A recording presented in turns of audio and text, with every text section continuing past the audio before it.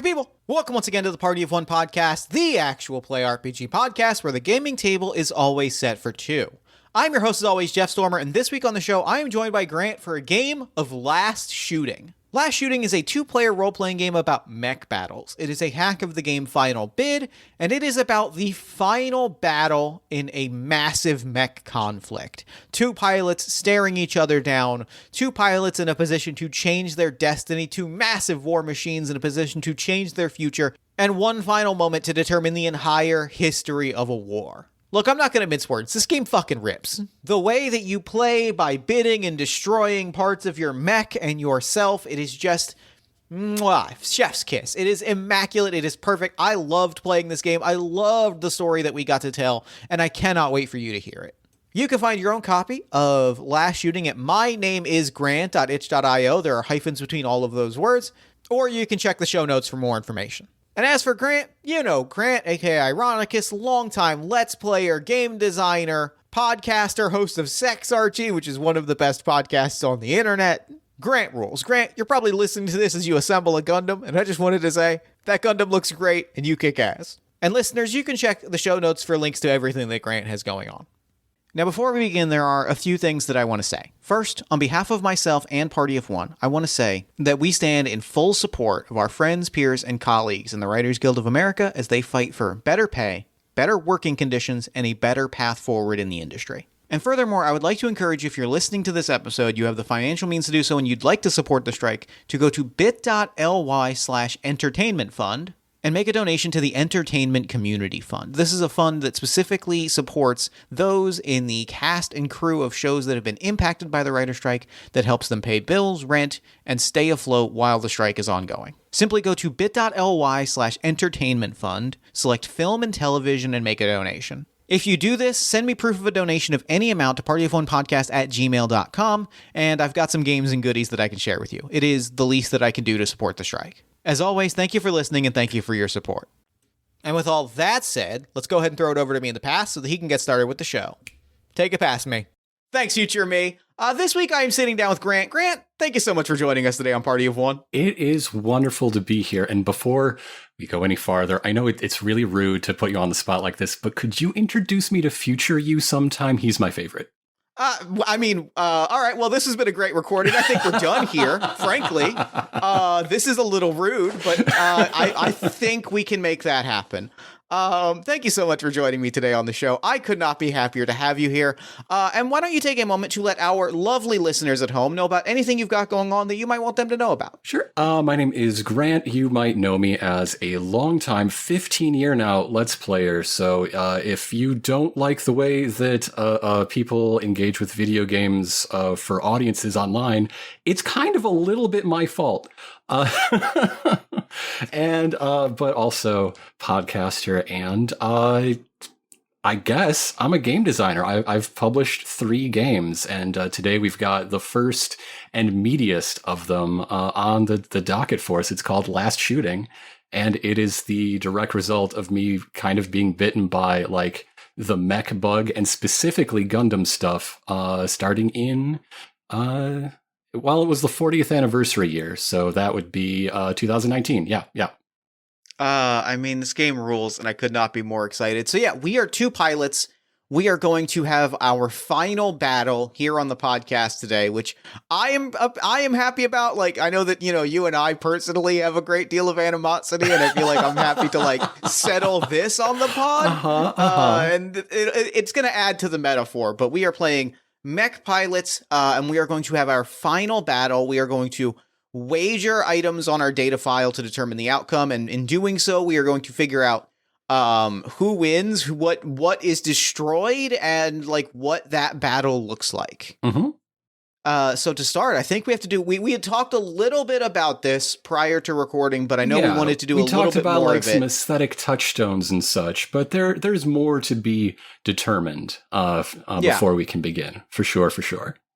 So what? Talk to us about the aesthetic touchstones that you've got in mind, and I'll do the same, and then we'll kind of bill out the rest of our world and our pilots step by step as we go. Sure. Well, we settled on just some images of size, and by size I mean colossal, massive size, and also just like grimy, solid, industrial stuff. Like when I picture my pilot in the cockpit, the image that comes to mind isn't, a fighter pilot with a bunch of like clicky clacky buttons. It's, do you know the David Lynch cameo in his Dune film when he's piloting the sandcrawler?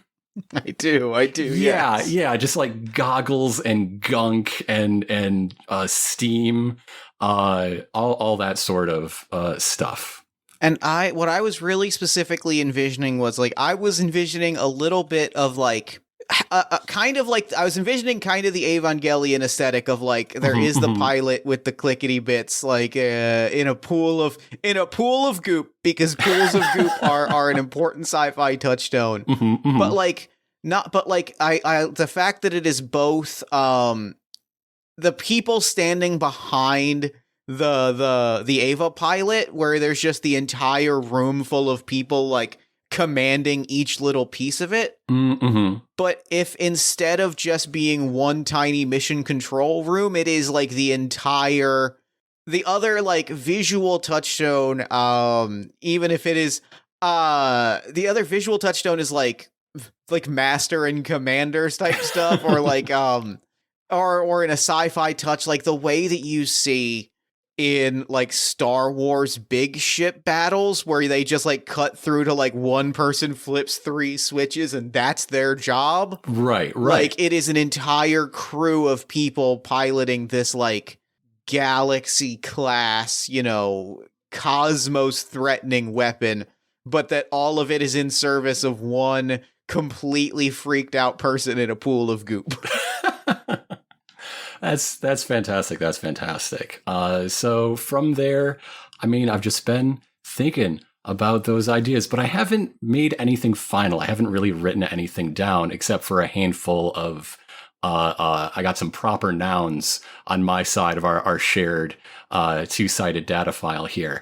I should give credit. Now, if you got the PDF at home, I do encourage it, because this is a game I love and I think people would enjoy. It includes a data file designed for like print and play by my layout artist, also editor, also creator of the game that the engine is inspired by, Vel Mini. That game, of course, being Final Bid, my favorite RPG of all time.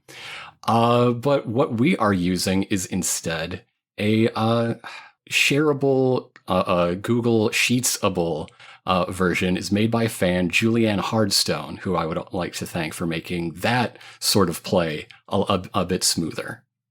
I mean, this is a beautiful data file. Like, I'm looking at this dot as somebody that is known to get overly excited about a well-formatted Google Doc. Like this does rip. Here's the best part: when I define something, turns blue. It turns green, and if I later destroy that, turns red. oh my god. Fuck, this is listener, you just need to understand the joy. Like, I hope the joy in my heart at this Google sheet is coming through at this moment, because I am thrilled. All right, so we've got some pilot credentials. We're gonna give a name, a call sign, an age, a gender, a faction, a mech, and a production run. All of this stuff is stuff that is not interact with the rules, and therefore is as optional as you want it to be. You don't have to fill out all of it. A name or something that is like a name in practical terms, probably required. Everything else, feel free to do as much or as little as you like. I mean, if there is a text box in front of me, I am cursed to fill it out. I'm gonna come back to name. I'm gonna start with my production run. Sure. You can see that I put mine as purpose built. My mech, the Tethys Unit 7, is one of a kind, but sort of one of a line. The Tethys units are more a class than a like specific design, I suppose. I've written down weapon as art because Ooh. the idea that this was not produced, like the idea that this is not manufacturing, right? Like this is, I think, similarly, especially because of the scale that we talked about, which I think we said in our initial discussion, we had referenced like anime scale where like laser swords are cutting through planets. Like at that scale, the idea that this is like as much a piece of art that has been built and like sculpted is kind of beautiful and tragic to me. And I think that the name is the Icarus's Folly. Ooh. Actually, no. It is because that's not quite the word that I want. What is the word for kind of like fixing their mistake? Icarus's Redemption is what it's called, and it's the short term. The short name is the Redemption. Recompense is a fun related word, but redemption, classic. But we will, because this is a ship that shall fly through the sun and many suns and not be destroyed. The factions that we are a part of is the Chorus of Infinite Destruction and Rebirth. And my name is okay. Now I've got an aesthetic, so now I'm now hurtling towards a name, and it is Sonata Fulcrum. Is my character's name. Call sign Conductor, because I am at the head of this. This massive orchestral thing. Age 26. He, his pronouns. Okay. Like I said, I've been bubbling on some of these proper nouns earlier. So my pilot is named C2 Chark. Usually goes by Chark. More often goes by Kiwana, which is a call sign shared between himself and this massive machine. Tethys Unit 7 does not really roll off the tongue so much as Kiwana does. And so that is a call sign shared between a pilot and mech. And I don't have too much to say because I don't know what drives this person. I don't know what is the purpose of this war. I'm pretty sure I want to call his faction the Clotho Legion. I love that. That's sick. And the reason I don't know any more is because sort of the way this game works is, you know how when you're playing a character for a campaign and you have all these ideas, but you don't really know who they are until you've played at least one session? Yeah. This is a game designed for one-shots for that experience. I love it. I won't know who this person is until we're done today. And the scene by scene, you and I are both going to discover a lot more about Kiwana and Sonata here. That's great. I like that. That's sick. I'm excited. And so we're going to start, if I can just move us to the rules with the opening. Yeah, please. To start, the first thing we need to do is decide what this war is about. I'm on what is marked as page 15. It's actually the 17th page of the PDF because of covers and whatnot. So we have here a list of 6 options. We can pick one. We can roll a d6. We can make up something that is off this list. But just to run through them, we have a struggle for independence versus upholding safety and stability, a necessary invasion versus defense of our homeland, to reawaken past glory versus to preserve the bounty of the present, to propel humanity into the future versus to preserve tradition, and to build a place for the dispossessed versus to maintain the rule of law. And the last, the war has caused a rift in our faction. Now we fight amongst ourselves. Do any of those jump out at you, or do we want to trust a die to seal our fate? I mean, I'm never going to turn down trusting a die. Let me take one last look to these. Yeah, let's trust a die. Let's see where it goes. All right. How does number 6 strike Number you? 6 feels pretty good, especially because like that gives, so there's an immediate hook in my head to number 6. The war has caused a rift in our faction and we fight amongst ourselves. I want to propose immediately that the Chorus of Infinite Destruction and Rebirth is a splinter group that like broke away or has been operating in secret to build this colossal weapon, which is a wild thing. Like that is peak mech anime of like we are No. now unveiling the thing that we the mech that we have been sculpting in secret. Okay. And like this is wonderful. This is wonderful because what I think, like, okay, if the chorus is this secret splinter group, maybe they're like a black ops thing, maybe, or they're a secret society that formed in some faction of the military. I think the Clotho Legion is just the whole society, whatever the society is, as we figure that out, right? So Kiwana here is an arm of the mainstream, and the weapon they've got isn't made to be a super weapon. The Tethys units are what's the word? The Tethys units are terraforming engines. Oh, I like that. I really love that. That's great. So the idea is the only thing that can take down this incredible piece of military hardware is to repurpose something that is just reshaping moons and planets and environments and turning that to violence.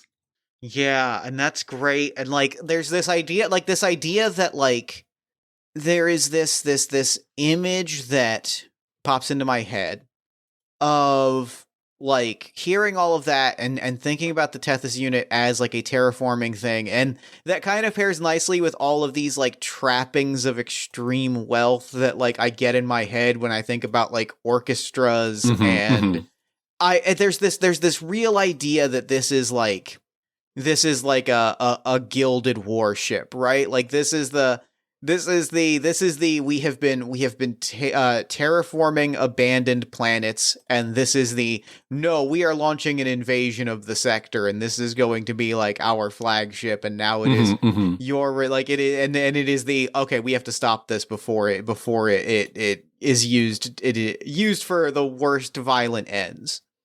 Fantastic. I haven't played like just an out and out villain in a while, and so this has got me excited. Well, if you move on to the next page, we've got a very important question for each of us to answer. What is your motive in this war? We've got a 10-point list: career, compulsion, conquest, being constructed for it, glory, idealism, mercenary, redemption, vengeance, and zealotry. Once again, you can think of something off the list or pick one by hand, and I am going to follow suit, and at least for myself, I'm going to roll a d10 and see what it gives me. I'm going to do the same. I can't resist rolling a die and getting a little bit of random. All right. It looks like Kiwana here is a bit of an idealist. Interesting. Love it. So now I'm going to put that on my side of the data file, but also answer the attendant question. What moral imperative do you fight for? Let's see. What? I think like his job is to create worlds, right? And this risk of infighting and the terrible destruction that is implied by the existence of Icarus's redemption is something that like I built a garden and you built a rototiller and it's looking at me like that's just ideologically I cannot suffer such a thing to exist. That's great. I love that a lot. So I rolled a 9, which is vengeance, which is like there are a lot of options that in my head as I was describing this group and this weapon like immediately popped in the head. Vengeance is not one of them, and so the question is, what did you lose and who will you kill for it? I think we lost maybe our, well, I'm trying to find the words for this even. I'm going to say we lost the war is what it is. Because that's a big swing of an answer that I think like sets the stage of this battle in like kind of a terrifying context. The chorus's other big weapons have crumbled, right? The large ports. This is maybe the redemption wasn't even ready yet, and like isn't fully. And this is the like Sonata has declared like no, we're unleashing the weapon. Like this is our shot at proving that if not proving that we deserve to do this, at least getting payback on the people that stopped us. This is now just I want the people that stopped me from achieving my destiny. So I think which I think is even the answer of what have I lost is my destiny, and I will destroy anyone that took that moment from me. Okay. By going rogue and unleashing this weapon. Please write a phrase or two that sums that up. I think you just did right there out loud. Yes. Because we're going to be coming back to our answers to these questions at the end of the game. And so now the last thing to do is just take a look at our credentials up here up top. And last chance to give those an edit. Do they still feel right for what we've learned about the game before us just now? And if so, we can move on to the first scene. I think the only one that doesn't quite feel right to me is the chorus of infinite destruction and rebirth, and I think I am going to change that. I still think chorus. Mm-hmm. I still think orchestral theme. I think it is the chorus of Ascended Destiny. Ooh, that's wonderful. That's lovely. I do appreciate that we both went to Greek names between Clotho, Tethys, and Icarus, though. That does feel good. That feels that's some real Gundam that's some Gundam naming aesthetic. We've nailed down the season of our Gundam names. Yeah. I mean, they already did the 72 Demons of the Ars Geisha, so Guedia? I don't know. So, it's time to do scene 1. You are a pair of pilots in a space war. History will say the course of the war was shaped by your duel, but from where you're sitting today, that probably sounds ridiculous. Answer the background questions for your pilot, then set the scene together, then follow the special instructions for the Scene 1 auction. So, these questions are posed to the both of us to be answered out loud and honestly. Without those two things, actually sharing information and meaning it, this game does not work. I'm sorry to say, if you like secrets, play something else for a while until you get in a different mood. So, how long have you been a pilot? Formally? Sure. I think formally a few years. I think formally, not even a few years. Formally, like, if you define being a pilot as having flown a vessel, technically never. This is technically my first flight. This is one of those I've pulling on a media inspiration outside of our story. I'm getting a Whiplash vibe. Mm-hmm. The drum thing of like this is the thing that I've been sculpted towards with ruthless ambition my entire life, but that process has been like ongoing behind the scenes in kind of a military aristocratic thing. And now I have broken out to finally become the pilot because like my flagship journey, my first flight was supposed to be my destiny moment, and if this is forced to be that, then so be it. Let's see, I think I mean, this is a career, right? I made a 45-year-old man. He's been doing this for a while. So I think that Chark spent something like 8 years using Kiwana to terraform a moon. Like it was built for the specific needs to turn this specific environment into something habitable, right? And then after a brief time away, somebody came up with the bright idea that this big thing could do big damage. Who's the person that can pilot it? The guy that just thought he retired because the machine that was built for this one job is being put to a different one. So I like that. Yeah. Have the two of you met on the battlefield before? This is a no. There hasn't been a battlefield before. Yeah. This is an unusual and unprecedented thing has happened, and now we are staring each other down. So, last one before scene 1. How do you feel about your faction, and who knows it? Interesting. I'll start. Chark here. C2 Chark is, I mean, he is a firm believer in the parts of the Legion that he witnesses, right? I guess I'll just repeat myself. He makes gardens. That's lovely. That's wonderful. He's never had to think about where these uninhabited moons come from. Space is big. Space is big. And you get a job on your desk. You work your way up from working one arm or like doing soil samples all the way to commanding the bridge for one of these Tethys units. And that's something to be proud of. And then you look at the job well done. Wonderful. Thumbs up to the Coltho Legion. You're doing great, everybody. I like that. I think that my answer is contempt bred from disappointment and heartbreak. It is, if you'd asked me this question a month ago, a year ago, 10 years ago, my answer would have been like fierce, almost terrifying love.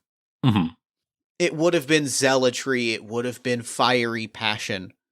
Seeing how we have fared on the battlefield, those scales have fallen from my eyes, and I think me stealing the redemption is proof of that. Like, so I think everyone knows it because I have just done a ridiculous thing that shows everyone that I have broken away from the guidance of my faction, which, given the fact that we have specifically said there are like elaborate crews piloting this thing, whether that means that I am like half flying this thing solo without the giant crew behind me, or if it means that I have organized an entire like coup, either option is extremely compelling to me, and I'm not defining it at this moment. Of course. Like, I have a question that I hope we answer.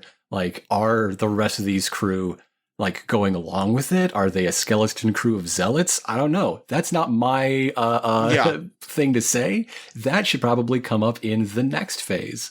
Or that feels good.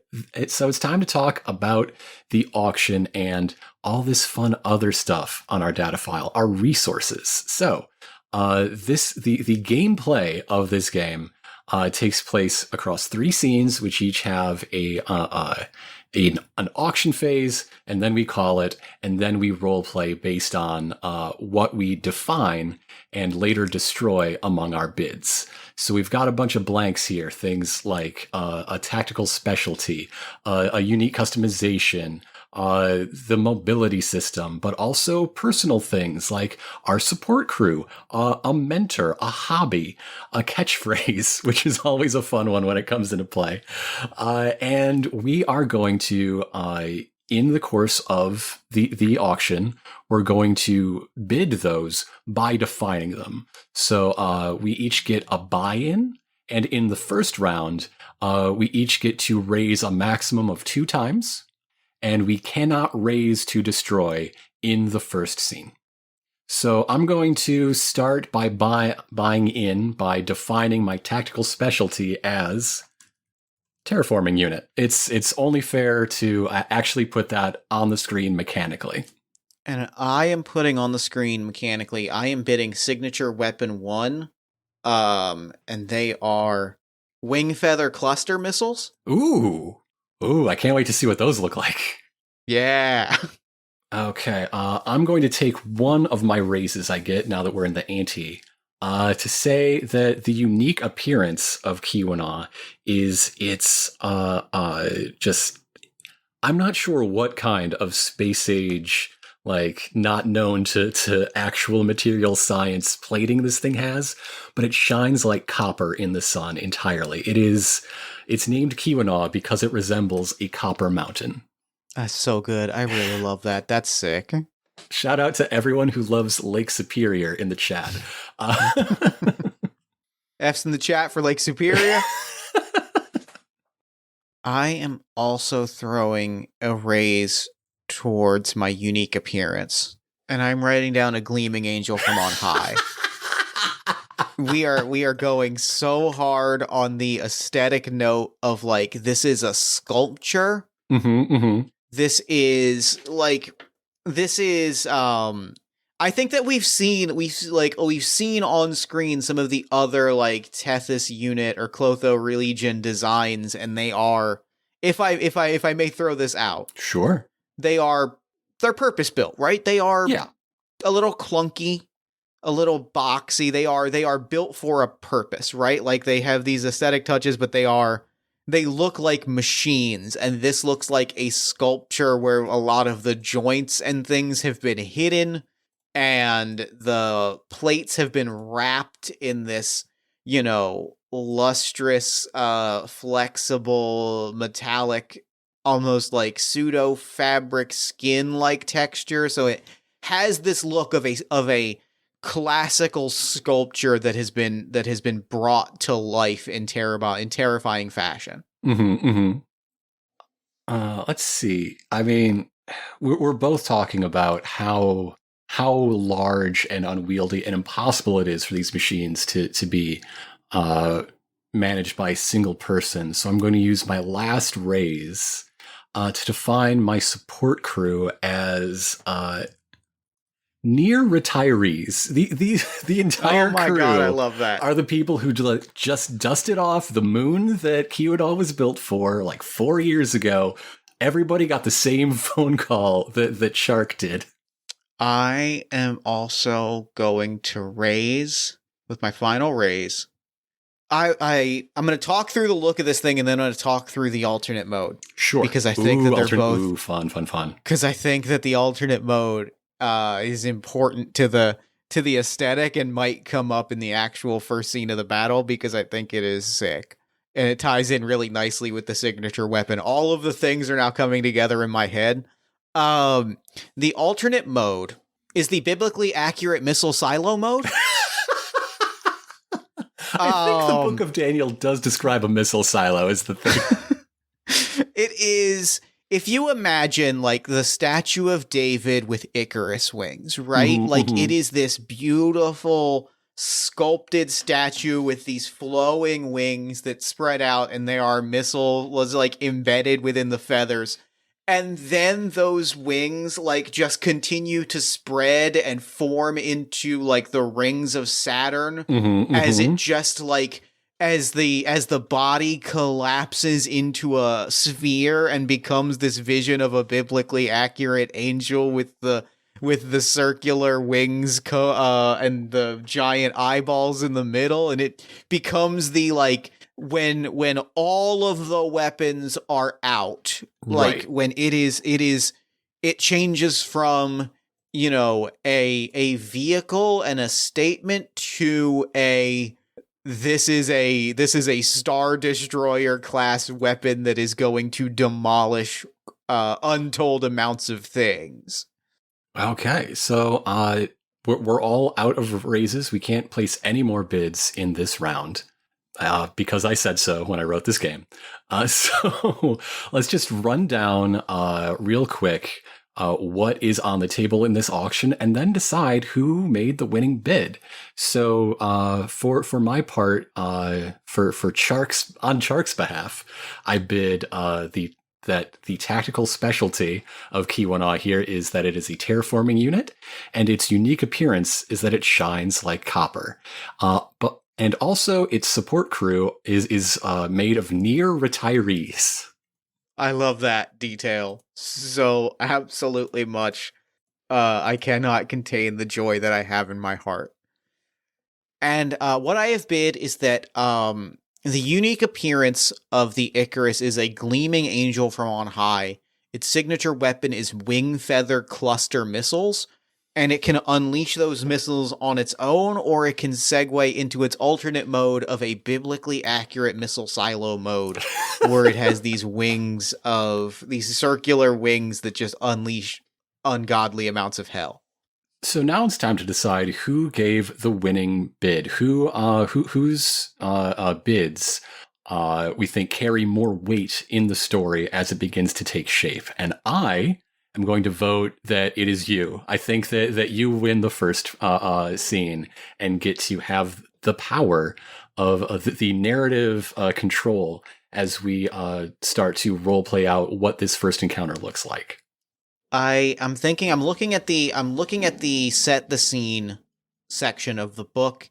It describes the first significant encounter between our pilots, suggestions provided our sudden evacuation and ambushed convoy, and encountering a scouting party. And I've been thinking so much about an ambushed convoy Mm-hmm. because that feels like such a dramatic I am the big villain of this anime and I am now like making myself known, and like the visual of there is this ship convoy and we can decide where the Keweenaw is in relation to this, but there's this convoy of transit ships, and suddenly, like, out from the cosmic infinite depths, there is like a flash of gold shimmering light, and then there is this angelic figure standing there that just tears through some like a few of these ships is incredibly compelling.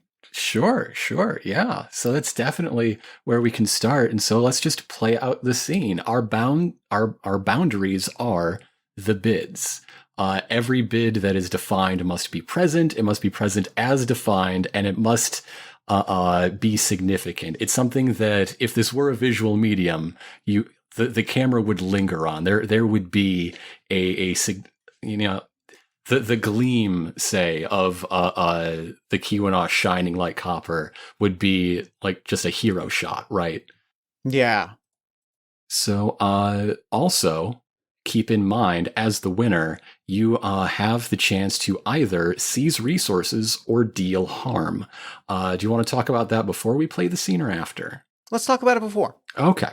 So these both work same way as everything else, by putting or removing elements from the resources. So if you want to seize resources, you can enter anything you want. You can either define something on the definition list, or you see these at the bottom, extra with question marks.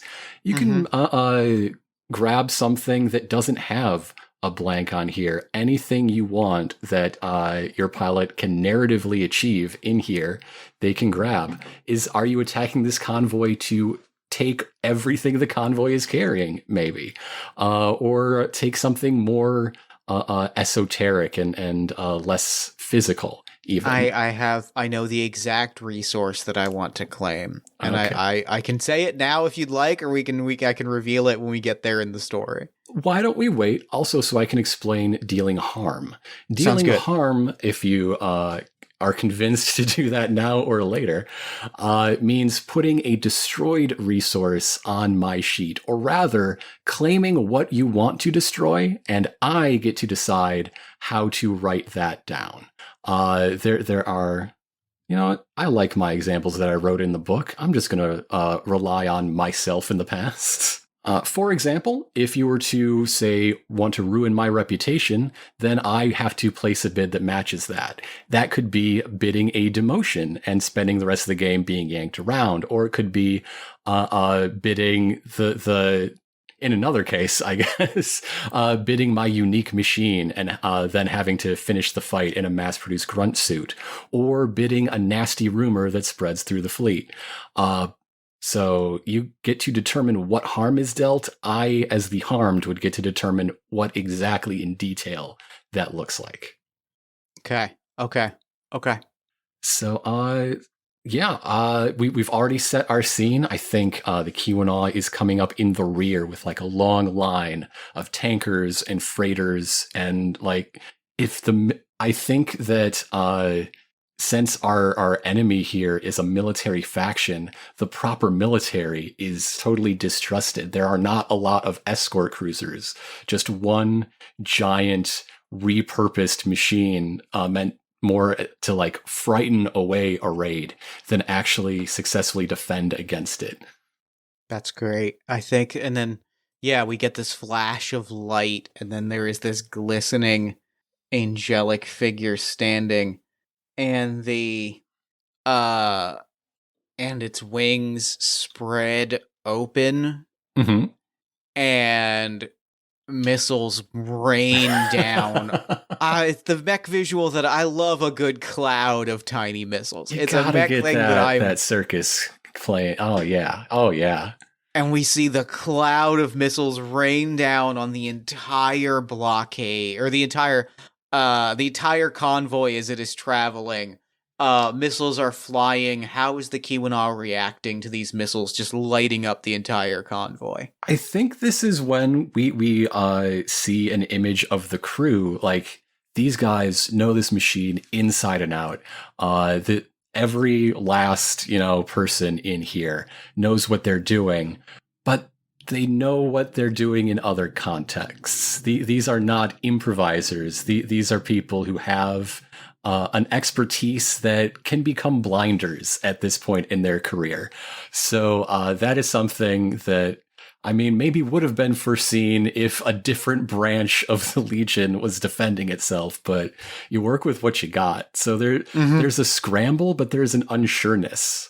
Like, this is the first test of how this will work out, and it's a test that they are not passing. And I think that, like, as the scrambling is happening, that gives us I think that this is where I'm going to claim this resource. Because I think this is also where the alternate mode comes in. Is there is scrambling, and like before the Kiwanaw even has a chance to like go into battle mode, we see the Icarus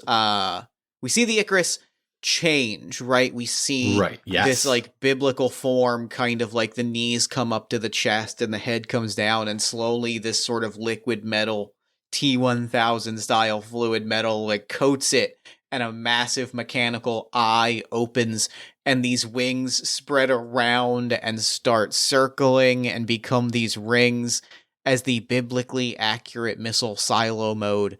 There is a planet or a space station.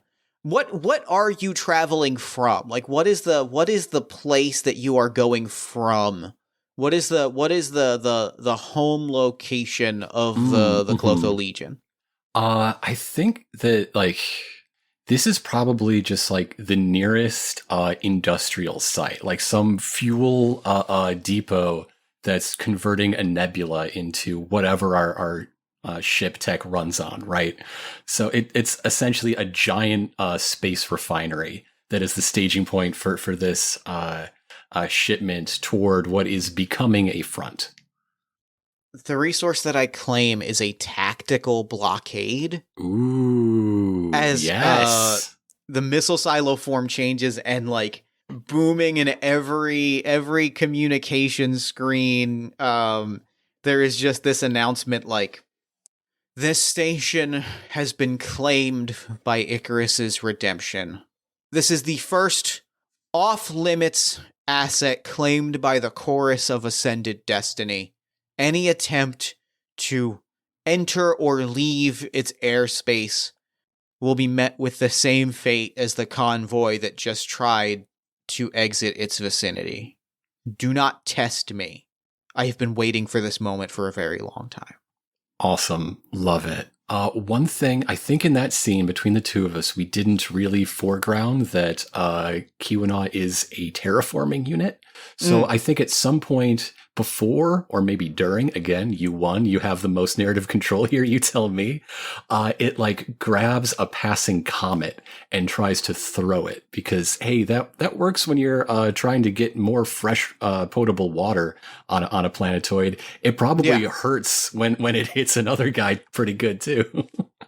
That feels great. That feels like a great ending of the scene into like the next scene, which is probably going to be the heat of battle. Is like, we have made this announcement, the Icarus has declared this, and we just see this long moment of lingering, and then from off screen, a comet smashes into it, and it obliterates it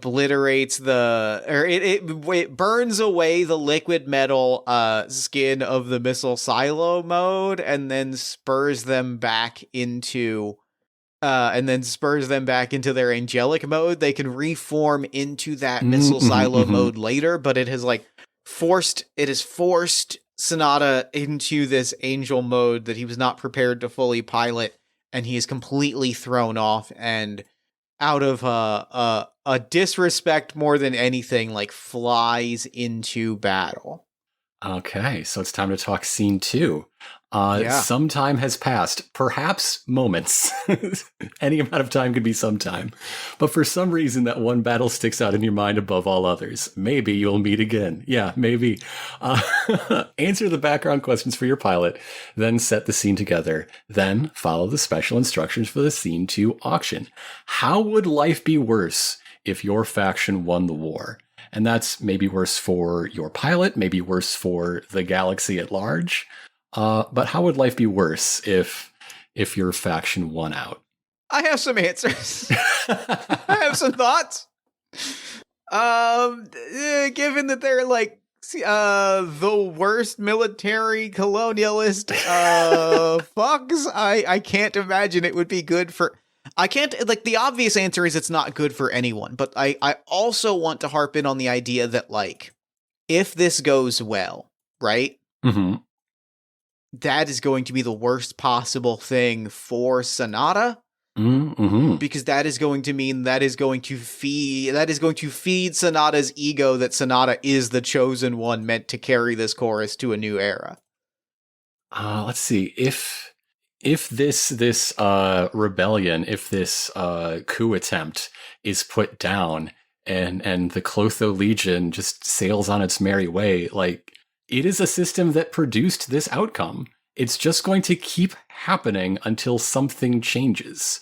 And who knows that the next attempt wouldn't be something somehow worse. The Neo chorus might be more fearful than the current chorus. I like that. I love that. I love that so much. What has life in the war shown you that you would never have seen without it? I'll start this one. I think it goes back to what I was just saying about the crew in the last scene. It's demonstrating that there is a need to improvise, that there is a need to innovate. That never before has my pilot, has Chark, or anybody on this crew in a professional capacity had to move on the timeline of human decision making, right? They've been moving on the timeline of glaciers. And that is exciting. That is an invigorating change, perhaps. We'll see how the day goes. The answer that I am going to say is the corrosive power of glory. The idea that, I think that, there is a life outside of this, where if this didn't happen, I think the idea that the chorus has been chasing this ascended destiny, this sense of glory, this sense of responsibility, Sonata has seen the way that burns people into ash. Mm-hmm. And were they not part of the chorus, I don't know that they would have collided with that whole, head on in the same way that they did, right? Seeing the way that this dream, these military aristocrats consumed one another and were allowed themselves to be consumed, that, seeing the way that works is something that, they wouldn't have been exposed to had they not found their way into being the chosen pilot of this military splinter cell movement. Mm-hmm.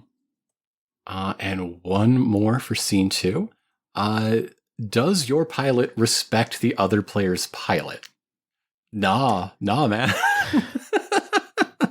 Not Love yet, it. Anyway. I mean, you just showed up and shot a bunch of dudes. No, thank you. I think, tying into the line, some time has passed. Mm-hmm. I think what I want to propose is that, because the Kiwana is a terraforming unit and is uniquely good at building environments and handling nature, there's almost a sense in my head that this comet collided with the Icarus, and I know someone threw it at me because like the sensors were like, this comet's course has changed, etc. Like there's visible evidence that this was hurled at me. Mm-hmm. And at the moment, I don't know who threw it. Which means that improbably the answer is actually kind of a lot. All right. There's the definite anime smirk of like, okay, if that's how it's going to be, I have to at least respect that you stepped to me and that you caught me off guard. Fantastic. So it's time to set the scene. Our first encounter since our first encounter. Do you want to just like roll practically right after where the last scene ended? Go straight to it? Yeah. All right, same day. Let's go. So the way the Scene 2 auction works is we both buy in by defining something, and then you, as the winner of the Scene 1 auction, may raise a maximum of 2 times, whereas I, the loser of the first auction, may raise a maximum of 3 times. There's rubber band AI in this game. Mm-hmm. But also, we may each place up to 1 bid to destroy during our raises. So does that mean we destroy what we can bid to destroy one of the other person's assets? Or one of our own? Bidding to destroy works by essentially bidding something you defined again. So you much like the way that harm works, only you can say how you get hurt. Got it. Only you can say that missile silo mode is gone, whatever gone means, because I think one of the examples I have in the book for getting rid of a support crew, maybe they're dead. Maybe they abandoned me. Maybe, like, there's a lot of ways that a thing can be gone, right? And who decides what that looks like is going to be the winner of the auction, who has ultimate control over the way the scene goes after it. You decide what you're willing to lose, but the winner determines how it's lost and what loss means in that case. That's sick. Okay. Do you want to make the first raise, or should I? Sure, I will buy in by saying that I'm pretty sure. Yeah, I think I got an alternate mode too. This thing has 2 profiles. And it's now in orbit. It is just like a 6-armed starfish, but under gravity, that 2 of those become legs, 2 become arms, and the other 2 are slung backward so that the center mass that connects the chunky, thick arms reads as something like a head or a face. And so those are the 2 alternate modes. It can be either starfish or behemoth. I am going to buy in by defining my sensors. What sort of sensors you got? I think as this happens, I think we see kicking into high gear, like goo fills the tank, and I've written down man and machine senses as 1 because it's this sculpted thing. I think that the goo, and my movements are still slow in that very mech way, but it is very much like I am seeing and feeling and sensing the space. My senses have become the Icarus's senses, and back to HQ, all of the things that I am sensing are flooding these displays back at whatever my HQ is, as I am fusing my consciousness with that of the machine. I'm going to do my first of 3 allowed raises. I'm defining my mentor as Bolero Fulcrum. Great name. Yeah, a very similar name to yours. Tell me about your parent, who is my sponsor into this job in the first place. A military technician, right? If I am like a military, like a trained military pilot from a young age. I think Bolero is like a military parent, but I think was not a combat military person, right? Did like infrastructure, did manufacturing work, you know. So Army, but Army Corps of Engineers.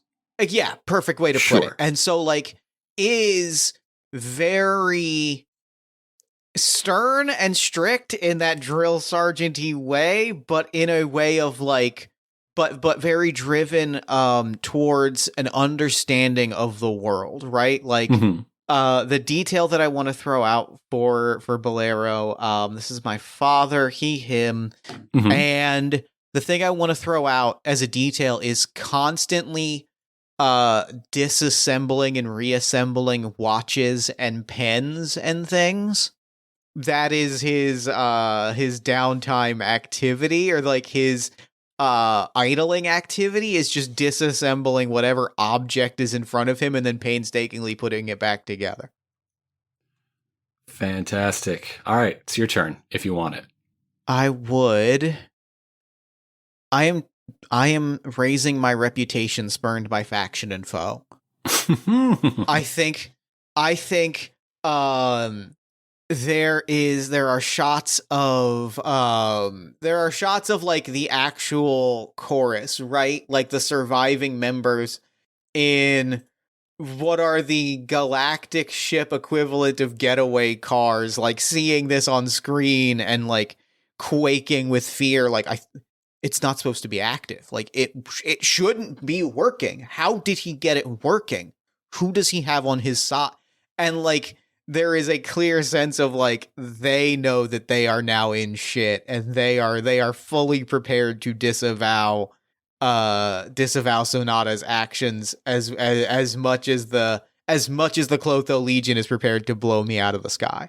My second raise is so I'm sure you're familiar with the cinematic classic The Core.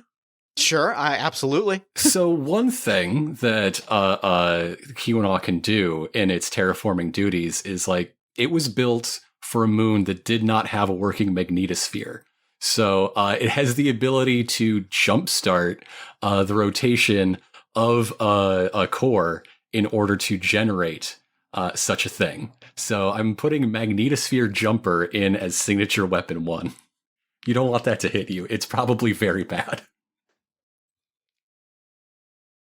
And I am actually going to bid 1 to destroy. Yes. I am going to bid a Gleaming Angel from on high to destroy. Oh, that's fun. That's fun because I had already picked out my third raise to also destroy Unique Appearance Shines Like Copper. Oh, that's good. That's good. I was thinking it the whole time, I promise. I was going back and forth between Missile Silo mode and Gleaming Angel. I was like, one of my modes is getting demolished here, and I'm so happy that both of our appearances are getting wrecked. So, once again, for the record, for this auction phase, I am bidding I'm defining an alternate mode, the switch between Starfish and Behemoth. I'm bidding signature weapon 1, the Magnetosphere Jumper. I'm bidding to destroy the Unique Appearance Shines Like Copper, and to define a mentor, Bolero Fulcrum, who is Sonata's father and is a bit of a hobbyist tinkerer, in addition to his long career as a military engineer. And I am bidding my sensors, which are Man and Machine's senses as 1. My reputation, I have been spurned by faction and foe, and I am bidding to destroy my unique appearance as a Gleaming Angel from on high. So, who do we think has the bigger bid? Who do we think won this one? I cannot compete with Bolero Fulcrum. There is no world in which I can compete with that twist. That was a power play that I simply look at and am blown away by. I gotta hand you the W. I also think I won this one. So I not to toot my own horn or anything. I think I came out on top. It helps to have that rubber band bit, but So let me think about whether I want. Mm, do I want to seize resources or do I want to cause harm? I am going to say right up top that I want to cause harm. I'm here to perform violence, but what harm do I want to? What effect do I want to have? I want to just say I get rid of the blockade, but that's not how it works. You decide what actually gets destroyed. So instead, I'll say, with a heavy hint at one way to achieve this. I want to essentially destroy your forward defenses. There is a path back to like wherever the chorus is staging their activities.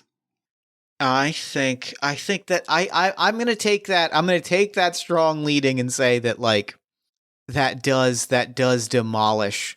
Because I think that what it is like whatever attack you make, I try to go into missile silo mode and quickly realize that the damage from that comet was considerably worse than I thought it was. Mm-hmm, mm-hmm.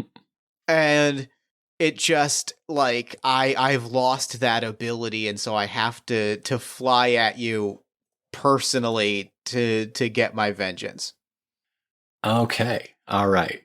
So I think this scene starts with yeah, just right where the last one left off.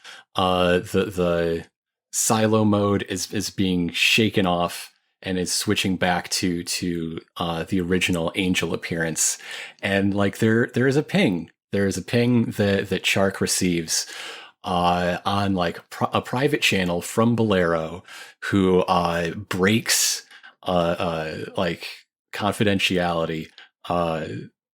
This is top secret information, but he just has to say, the person that is firing on you is my son. I don't think we've ever met in person in our lives, but like you've got a work mentor. Sometimes you talk about family, and so Bolero suddenly knows, like probably seen a vacation picture, can even like know the face of who his opponent is, and knows that like yeah, uh, this is somebody who grew up in the shadow of Bolero Fulcrum. What sort of person do we think that is? And is like planning accordingly based on like a personality profile now.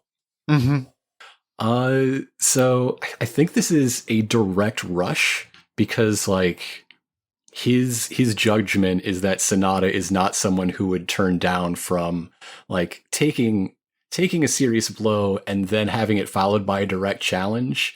That's something that can't be backed away from. I like that. That's great. That rules. And I think that like as that rush is unfolding, there is a sense of that's where we get the moment of the missile silo mode, because I think that the rush happens. Maybe I successfully close into the missile silo mode to just unleash hell, and the Kiwanaw just tears through it, right? Just rips it to shreds, and in doing so, tears like that. This liquid metal that had formed the skin and was covering the joints and was giving this statuesque appearance is just torn to pieces, Mm-hmm, mm-hmm. and like it leaves this sort of Terminator skeleton form with all these sort of tech tendrils, and has exposed it for the rusting weapon that it is. How are you in the man and machine senses as one pod at this point? Yes. Oh, absolutely. So okay, all right. So silo mode is being torn through. I think on the fly in orbit, like switching starfish behemoth back and forth is helping dodge missiles in a piece of equipment that was never ever built for anything like agility. The word was never mentioned in the design phase, but this is what we got. And so that like closes the distance until two arms get placed side by side, and like there's an oscillation in just massive like city block or quarter mile or more wide electromagnets pulsing, and as the magnetosphere jumper latches on, and if man and machine senses are one, how do you think this feels? I think that this don't feel great. Can't feel great. I think it is overwhelming to every sense. I don't think the pain transfers through, but I think that every sense is going haywire, right? My vision is flooded with neon colors that aren't there. There is crunchy, peaking audio is flooding my ears, and the sensors back at HQ are also having this effect where they are just like dead screening. And it is every one of my senses, my sight, my touch, my taste, every sense is dead screening at this moment. So our machines are wrapped around one another, and there are 2 points I want to bring up. One is the fact that we haven't really put a spotlight on the reputation as defined. We need to do that. And second, as a genre convention, you know what happens when 2 mechs are touching? They can talk, and boy, do they love to talk. That they do. So I think those points I think can dovetail pretty well as we wrap up scene 2. So I have one other detail to send us into scene 3, into our final battle. It is a note of defiance that also ties in the spurn. We are talking. I think that we are locked up. We are entangled. We are floating in space. And on my screens, Bolero pops up. Ooh, yes. Son, we have received surrender from the chorus. It's over. You don't have to do this anymore. At which point, entangled with the Kiwanaw, we see the Icarus twirling and crashing down into this nebula fueling station, terraforming station, as we just, like a comet of our own, smash into the surface of this station, scatter, some time passes, and we are torn to shreds here in the final moments of our battle. And so, like that, you took the time to talk to your father, or rather, he called you, either way. Do you still have any idea who, like, C2 Chark is? Have you seen the face? Have you heard the name? I guess it depends on how much time is passing between scene 2 and scene 3, but... I think what I want to propose then, yes. My answer is yes, because I think that for maximum drama, when I hear my father's voice, I know exactly who is behind who is piloting the Kiwanaw, because like I know who my father took on as a mentee. Like I know who my father's pride was. And if Bolero is calling me direct, that means that this is Bolero's chosen icon, and this is the person that has worked alongside my father. So let's talk about scene 3. Let's do it. The war is coming to an end, and everyone knows it. What they can't agree on is who will win. You know this means you'll be seeing that pilot again soon. They would never give up the chance to settle this once and for all, and neither will you.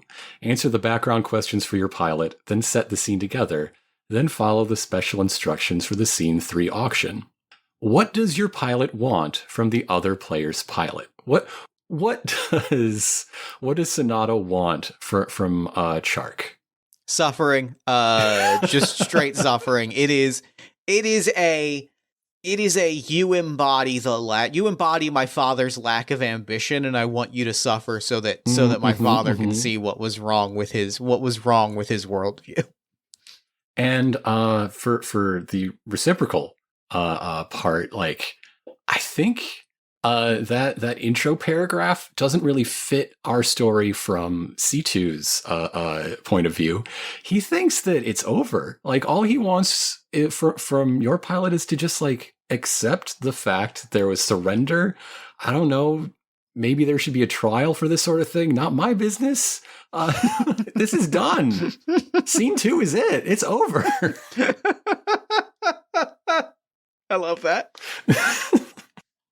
What would you think of each other if you had met in more peaceful times? If actual son and work mentee had crossed paths at, a barbecue, how would that have gone? I think you would have been my annoying uncle. Like, the answer is like, you'd have been my uncle who's not an uncle.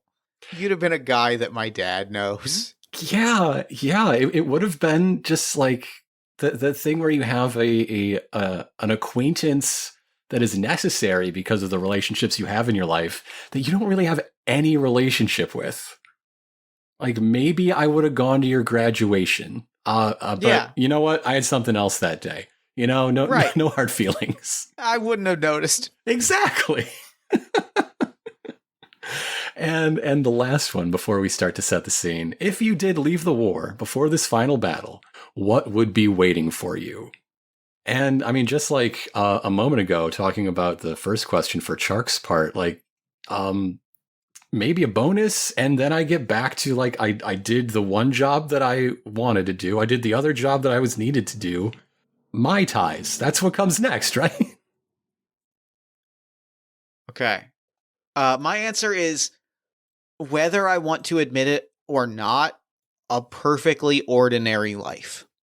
I think that the worst part of this and the worst part of Sonata is that, like, had I walked away, I could have still been Bolero's son and still had, like, even now at this point, even after setting up the blockade? If before this final battle, like, if I had left at any point before I snatched this mech and, like, piloted it and blew up a blockade, like, if I had backed down at any point prior to this, there would have been repercussions, but, like, I would have settled into an ordinary life.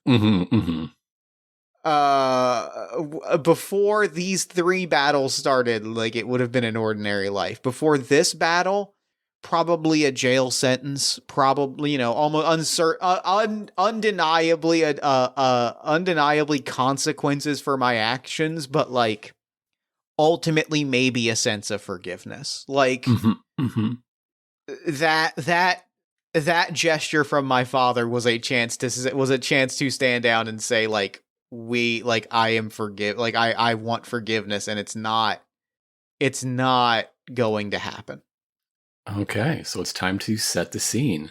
Scene 3 is the final battle, the turning point of the war. Feel free to use one of these suggestions to set the scene or come up with your own. The suggestions noted are in the heart of the largest battle this war has ever seen, or alone, just the two of you, in a desolate place.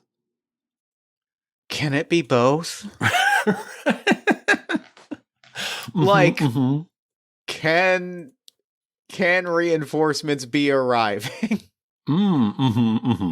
So let's not worry about the suggestions at all. Let's just follow our fiction, right? Okay, yeah. Yeah. So we are on this station. We have just crashed into it. Some time has passed, maybe hours, maybe minutes, maybe days, but, like, the system's shut down. They are now back up and running. And we are on this fueling station. Oh, I love the idea that, like, there is a battle happening far away, right, where the surrender was called. And so and meanwhile, on the like loyalist side, the Keweenaw is championing. There isn't, again, a military presence. What there is, what passed all the loyalty tests, got sent out to take care of the chorus. So, like, on either side of this station floating in space, both of us are camped out, doing repairs, and just, like, waiting for something to happen. C2 is just maybe waiting for the cops to come, but just, like, sitting and pausing. And then what is the signal? What lights things up again? When do we go hot? I think it is It is an AMV moment, is what it is.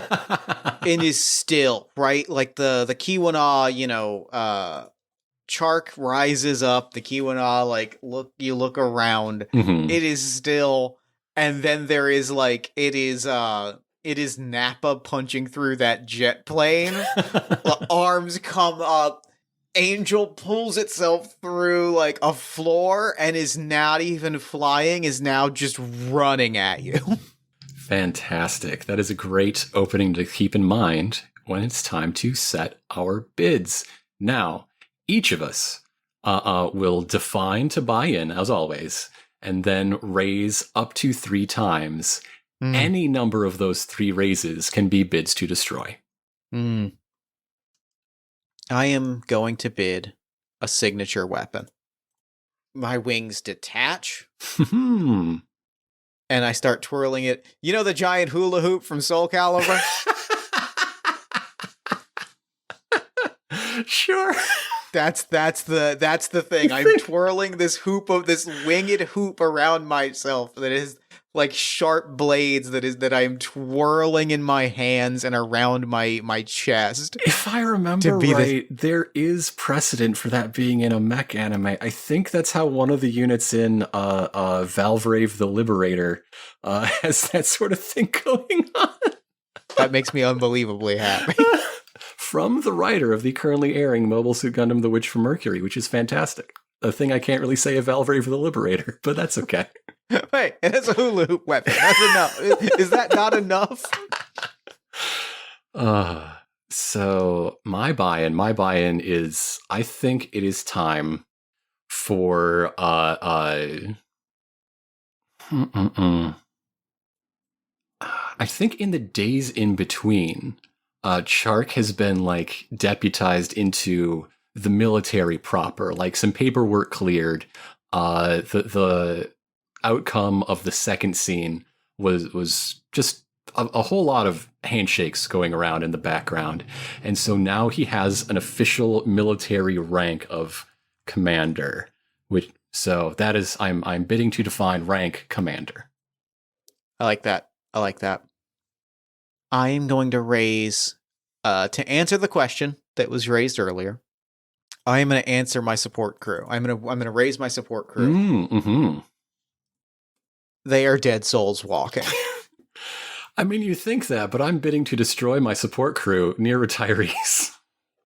Oh my god. And I am bidding to destroy my tactical blockade. That feels right at this moment. I am destroying the magnetosphere jumper. Sick. I'm going to destroy man and machine senses as one. I am going to use my third of 3 raises to define utility equipment. With my favorite thing to put on anything. I do this in fantasy games. I do it in sci-fi games. If I could justify it, I probably would in like hard-boiled noir games. Grapple harpoon. Yes.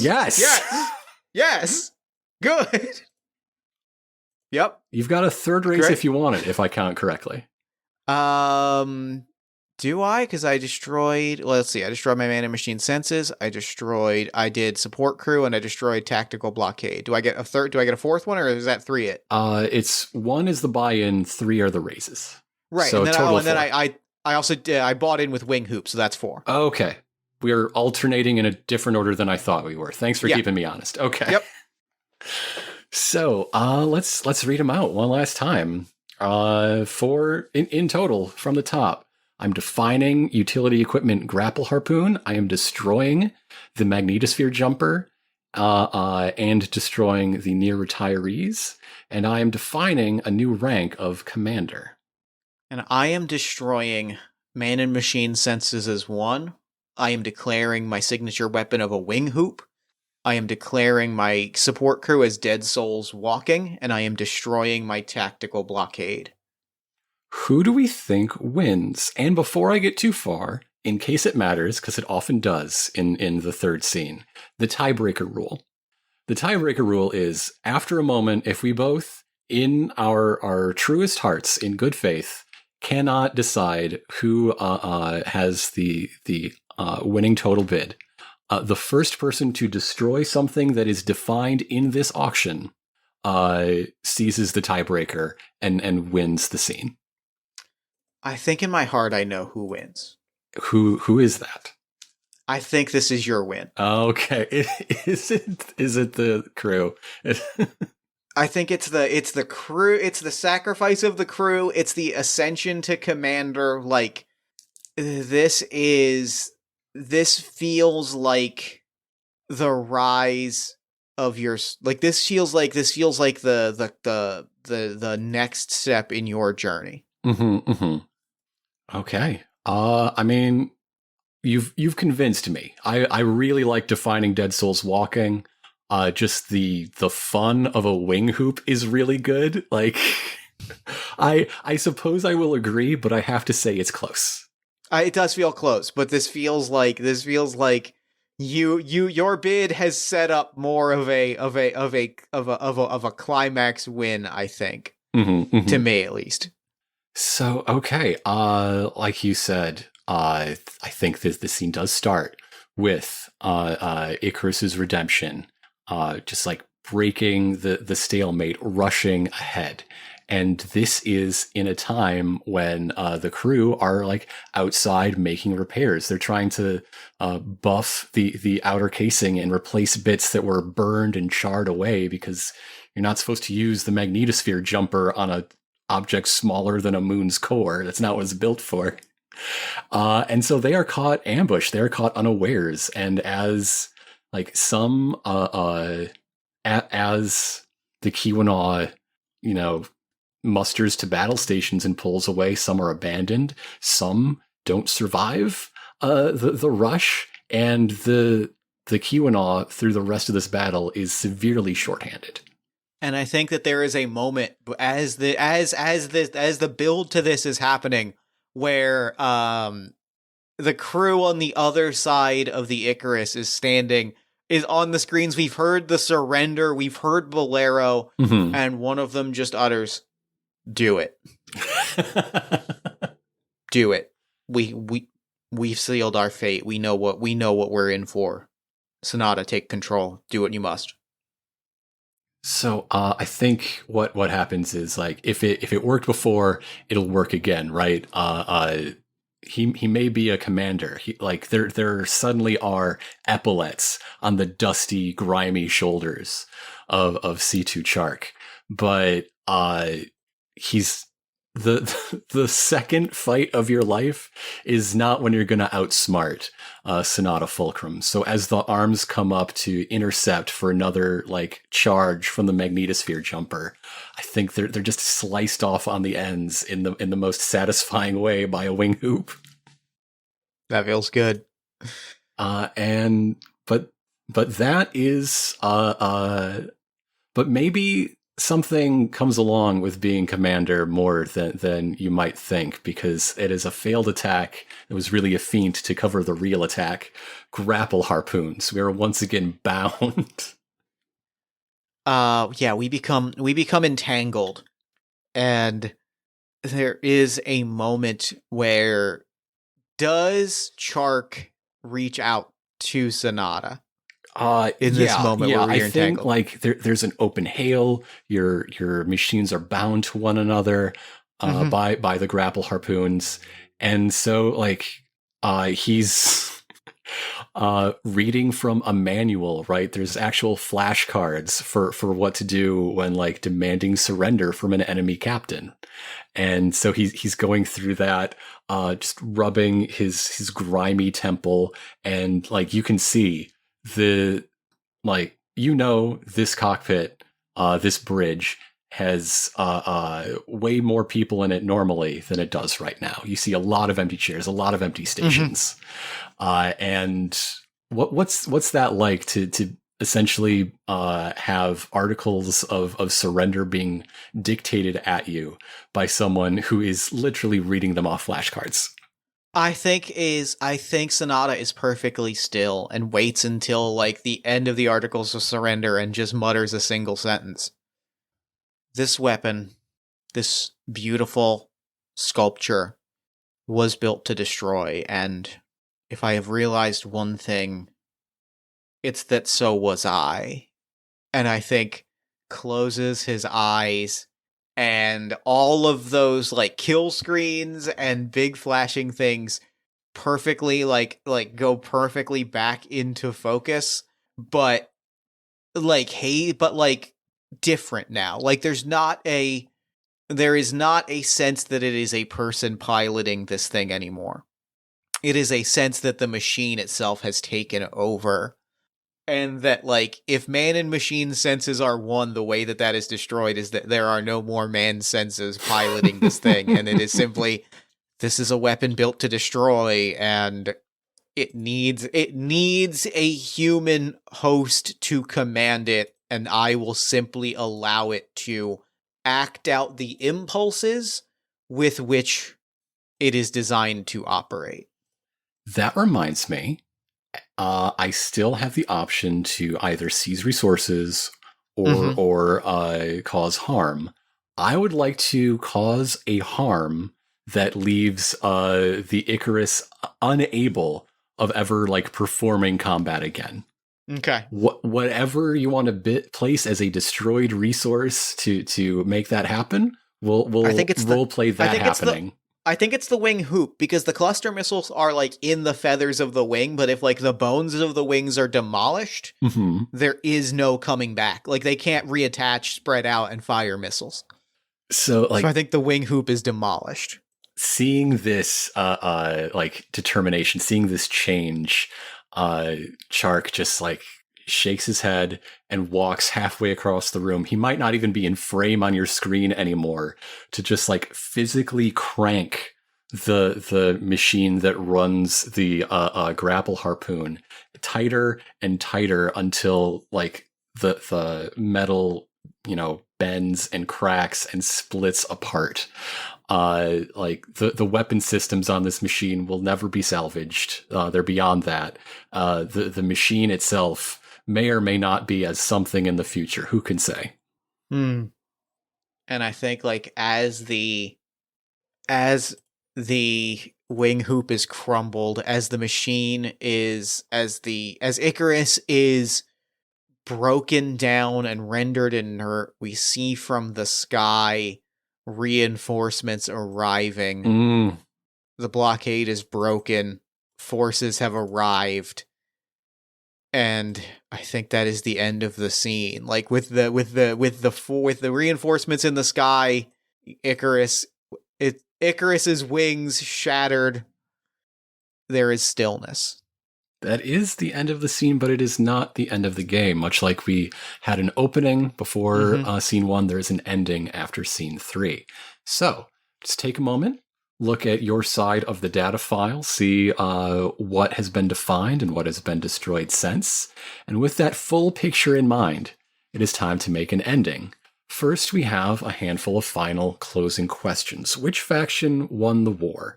I do believe this is going to be a decisive Clotho Legion. This is a decisive win for the Clotho Legion. Yes. Their dominance as the mainstream faction within themselves is unchallenged anymore. Put down the rebellion. What do your pilots think of the motive on their data files now? I said we'd be coming back to it. Yep. So yeah, Chark, idealism. I cannot allow the existence of a power that can destroy what Tethys can build.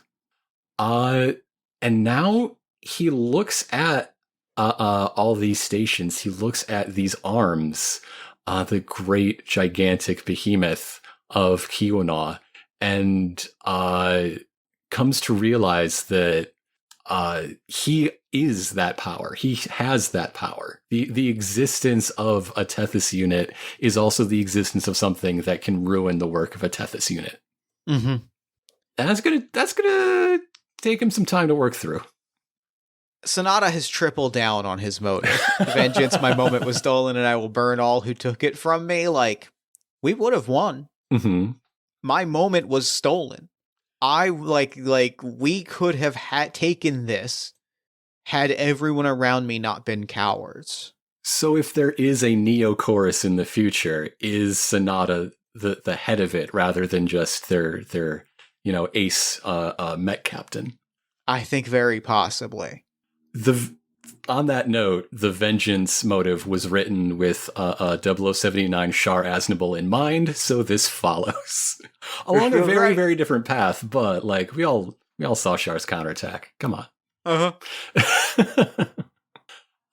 Did they achieve their goals? Oh, absolutely not. I mean, all these questions. C2 Chark is the simplest, most uncomplicated, least character arcful character I've ever played in Last Shooting. Because, like, yeah, he beat him up, and like he has complicated feelings about that. What that means for his capabilities and the capabilities of his machine. But he did achieve his goal. he just did it. What will the next war be fought over? It sounds like it might be over Sonata's personal like quest for vengeance. I was thinking that there is yeah, I'm gonna say yes, and I'm gonna build on that because I think that like as you have realized that a Tethys unit is the weapon that would destroy a Tethys unit, that would destroy all that you've built, like the other half of that is that the chorus was an outgrowth of the Legion.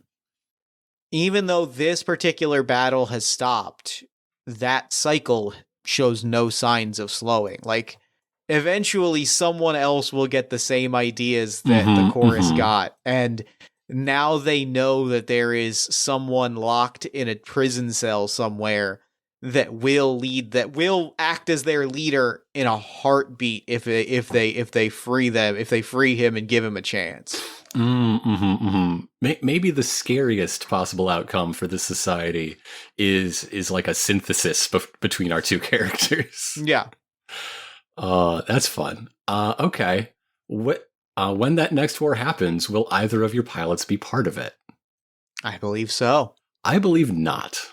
I think Chark is definitely like, if he is given that call to come back, he's denying it. And if there is a chance to like, do anything to get in the way of Tethys units and what they do and what they represent being used in the military, he's going to take it, which is going to be a hard case to make in public when he now has a military commission and pension, when he is the biggest test case for that being a viable option. The next war won't have him as a combatant, but it will be a very difficult part of his life. I like that. I really like that. So, on to the conclusion. Now it is time for each of us to describe a short image of our pilot sometime after scene 3. Perhaps use 2 or 3 resources from your data file as inspiration. Maybe they're lamenting something that was destroyed, or enjoying something that wasn't, or giving up on something that has no purpose in their life anymore. Give an idea of what life is like now. There's also advice for what happens if your pilot dies, but that's not immediately relevant in our case.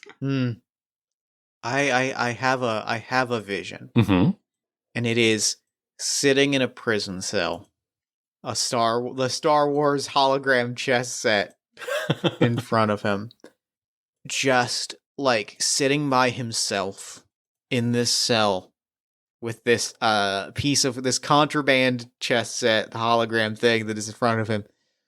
We see Sonata just running that fight again and again.